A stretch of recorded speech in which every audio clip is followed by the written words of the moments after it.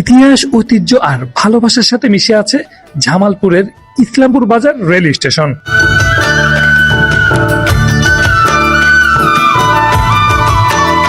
উত্তরবঙ্গের সব থেকে অবহেলিত কোনো রেল স্টেশন থাকলে সেটি হচ্ছে এই ইসলামপুর বাজার রেল স্টেশন।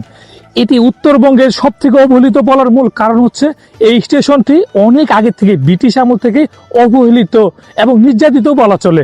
এই স্টেশন দীর্ঘদিন বিভিন্ন অবহেলায় বিভিন্ন কারণে এটি সংস্কার কাজও কিন্তু এখনো নির্মাণ করা হয়নি বা উন্নয়ন করা হয়নি।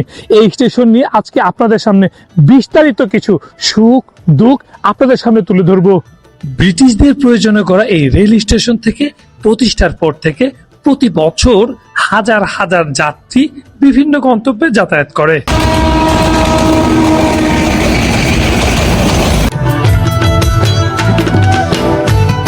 বিভিন্ন ইতিহাস ঐতিহ্য থেকে জানা যায় 1885 সালে ঢাকার সাথে ময়মনসিংহ অঞ্চলের রেল যোগাযোগ স্থাপন করা হয়। পরবর্তীতে 1894 সালে ময়মনসিংহ অঞ্চল থেকে জামালপুর পর্যন্ত রেল সংযোগ বৃদ্ধি করা হয়। তার পরবর্তীতে 1912 সালে জামালপুর থেকে বাহাদুরাবাদ ঘাট পর্যন্ত রেল সংযোগ স্থাপন করা হয়। সে সময় ইসলামপুর বাজার রেল স্টেশন স্থাপন করা হয়।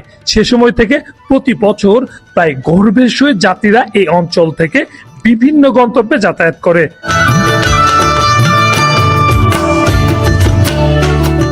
একসময় বাহাদুরাবাদের সেই ঐতিহ্যবাহী রেলওয়ে ফেরি বন্ধ হয়ে যায়, যার কারণে 1971 সালে মহান মুক্তিযুদ্ধের পর প্রায় 22 বছর এ অঞ্চলের রেল যোগাযোগ বন্ধ হয়ে যায়।